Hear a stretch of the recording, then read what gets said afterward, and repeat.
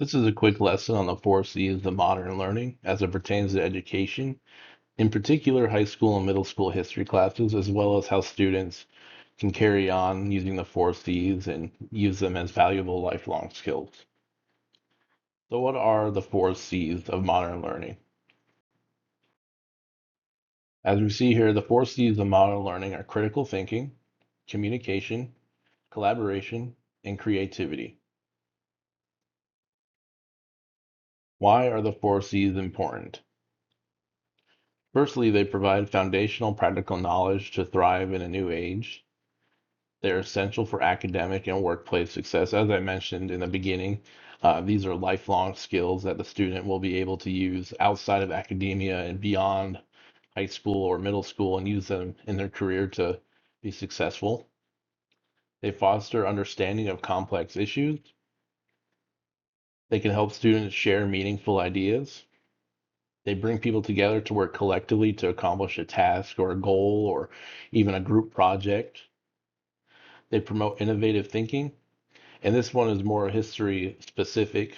It gives students tools to understand, analyze, and apply historical knowledge to present day. The first of the four C's that I'll go over is critical thinking. Critical thinking goes beyond just memorizing facts. So, in the context of a history class, the student will go beyond just memorizing key dates or key figures or key events in an overall historical context. Critical thinking questions assumptions, it questions stereotyping, it identifies pattern, it asks why. So again, in the context of a history class, a student may ask, why was taxation without representation a contributing factor to the American Revolution? Critical thinking seeks different perspectives. Again, in the context of a history class, it may seek the perspective of a African American Union soldier during the Civil War. And one of the most important parts of critical thinking in this digital age is students will be able to evaluate the reliability of sources. This is important because in this digital age, we have so much misinformation out there or information that's just flat out false. Students in my history class, students will apply this in history class by identifying cause and effect of the US Civil War using factual arguments. This reinforces critical thinking in a couple different ways. Firstly, the student must go beyond just memorizing dates or figures, like I said in the beginning, and they must evaluate why one thing caused the other. Secondly, it asks why. Why did slavery lead to the American Civil War? Why did states' rights lead to the American Civil War? And finally, it evaluates reliable sources. The student must use factual arguments to make their the student must make use factual information to make their argument.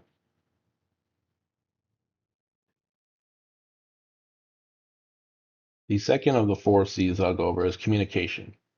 Clear communication can be very persuasive. This is important in history class, particularly because a lot of the assignments will be either written or speech or a group project. A lot of the assignments will be persuasive in nature.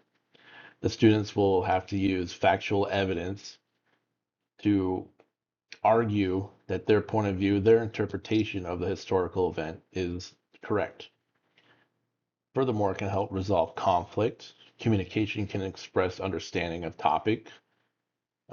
Communication should be adapted to an audience. This is also important in that if you're writing a paper for publication, it may be a little bit more in depth. It may have different vocabulary as opposed to writing a paper for uh, grade schoolers or a presentation to the class. It can include nonverbal cues.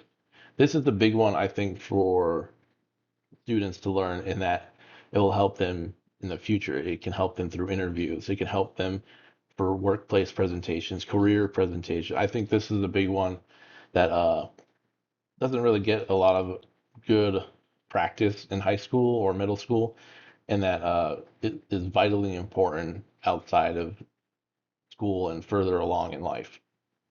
Again, paying attention to tone, clarity, etiquette, and digital communication. As I mentioned before, digital communication is a big part of how everyone communicates nowadays. So, an application history class would be write and deliver a persuasive speech in support or opposition of the Monroe Doctrine. This not only it reinforces written communication, but also spoken communication, verbal communication. It can help the student master some of those nonverbal cues, and it can help them practice the tone and clarity, not only in written form, but also in verbal form. The third of the four C's that I'll go over is collaboration. Collaboration can blend skills, knowledge, effort to reach a shared objective. It can grow interpersonal skills, which is important for beyond high school and middle school. I think it's an invaluable skill, lifelong skill that can be used throughout someone's career or professional life. It grows trust and respect. It is an opportunity to introduce individual ideas. I know some students struggle with anxieties about sharing their opinions or sharing their ideas, even though that their ideas may be uh, valuable to the group effort. It introduces diverse viewpoints on a subject. So whenever you get a group together, a collaborative group together working towards a shared goal, you're going to have differing viewpoints. And some of those viewpoints you may not agree with, but it's always valuable to hear those viewpoints and see things from a different perspective. Application in my history class would be group presentations on key founding fathers and their contribution. This would allow students to collaboratively work together to make a presentation, each one having to, use that last of the four C's, communication, both verbally and non-verbally, to come together and present a project on the founding fathers. The last of the four C's that I'll go over is creativity. Creativity sparks innovation. It encourages resourceful thinking. It should encourage experimentation without the fear of failure. To be creative, you must surround yourself with inspiration. I know for myself, I'm a big history buff, and I surround myself with books or artifacts or anything, maps, anything that, kind of gets the juices flowing, if you will, to think more creatively about how historical events took place or what caused them. It can lead to more engagement, curiosity. So an application for my history class would be create an infographic about the civil rights movement.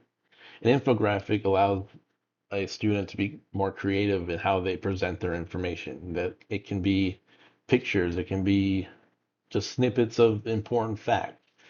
It can be anything that they want it to be. It doesn't have to be in a long written form. It's not a speech. It's their way of being creative about the subject.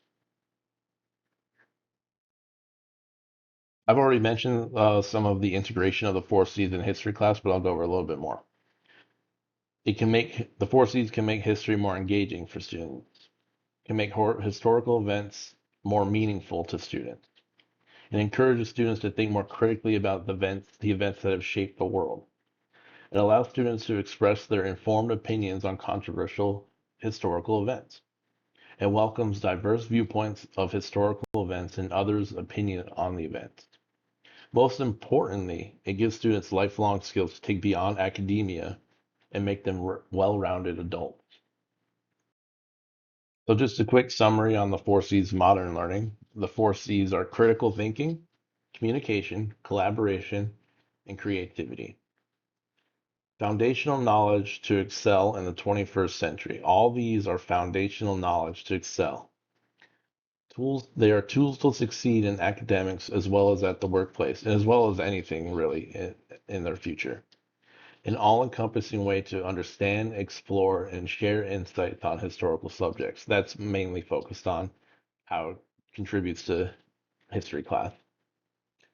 Can help make history class more engaging and exciting, and finally, provide students the opportunity to become a well-balanced person. The four C's are really more than just an academic tool. They're a tool to make a person, excel in life. And on the final slide here, we have a little bit, just some of the references that I use to put together this mini lesson. Thank you very much.